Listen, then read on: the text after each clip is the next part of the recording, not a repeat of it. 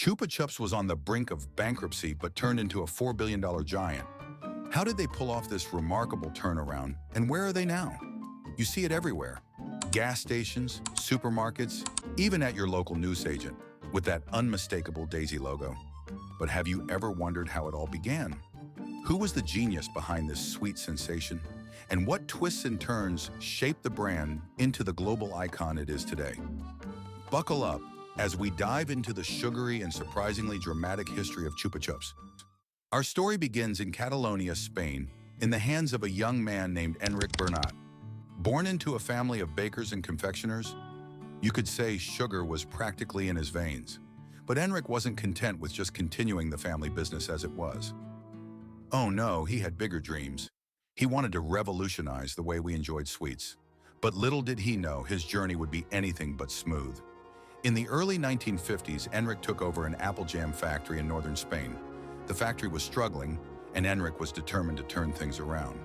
But when he pitched his idea of a lollipop, yes, the very one we know today, his investors, well, they weren't exactly sold on it. In fact, they walked out. Can you imagine? The idea that would one day conquer the world was at first rejected. But Enric wasn't about to give up. Instead, he took a bold step. He bought out the company, renaming it Chupa Chups. Now, this wasn't just a name pulled out of thin air. It was derived from the Spanish verb chupar, meaning to suck, perfectly fitting for a lollipop brand. With full control, Enric could finally bring his vision to life, but not without facing some tough challenges first.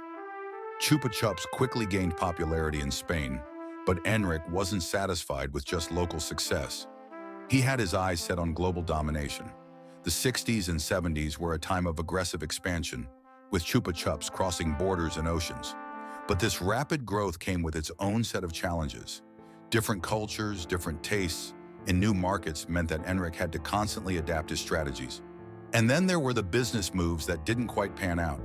In the 1980s, Enric made a bold attempt to take over Iberia de Seguros, a prominent insurance company. The plan? To use the profits to fund a new Catalan investment bank. But, plot twist, it didn't work out. The deal fell through, leading to significant financial losses. However, in a strange twist of fate, this failure led to something remarkable. Enric became the owner of Gaudi's Casa Batlló, one of Barcelona's most iconic buildings. It's funny how life works, isn't it? What seemed like a major business blunder turned into an unexpected opportunity. But while this acquisition was significant, it wasn't the only turning point in Chupa Chups' history. As Chupa Chups grew in popularity, so did the need for a strong brand image, something that would make the lollipop stand out in an increasingly competitive market. Enric knew that he needed more than just a catchy name. He needed a visual identity that would be as memorable as the product itself. Enter Salvador Dali, the eccentric genius known for his surreal, dreamlike paintings. You might be wondering, how did a man like Dali, who spent his days painting melting clocks and bizarre landscapes, end up designing a lollipop logo? Well, Enric was nothing if not a visionary. In 1969, he approached Dali with a simple request: to create a logo that would make Chupa Chups unforgettable. And Dali didn't disappoint.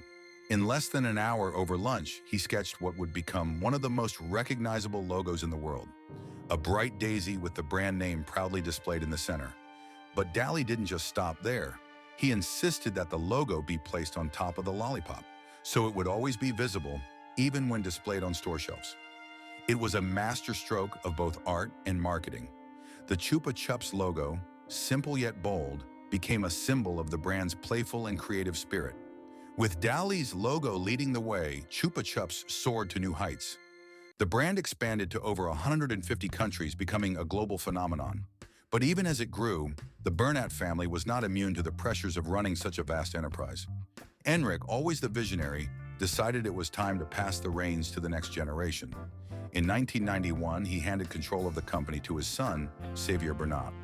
It was a move to ensure that Chupa Chups remained a family legacy.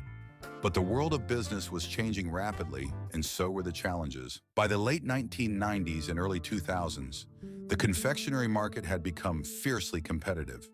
New brands were emerging, and old rivals were stepping up their game. Chupa Chups, despite its global presence, needed to stay relevant. The company experimented with new flavors, packaging, and even launched a range of merchandise. But as the pressures mounted, it became clear that maintaining family ownership might not be sustainable in the long term.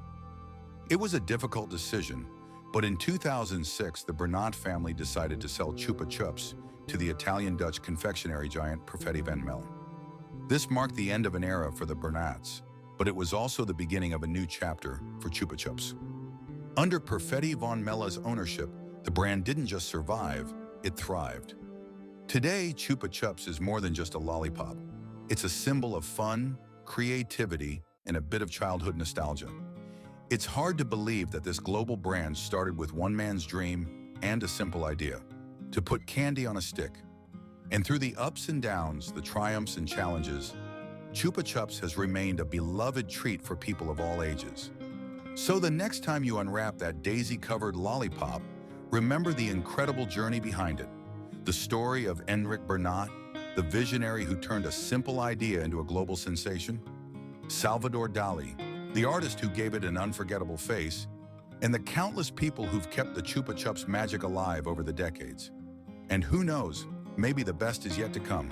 Like the video, subscribe, and give me some feedback down below. See you next time.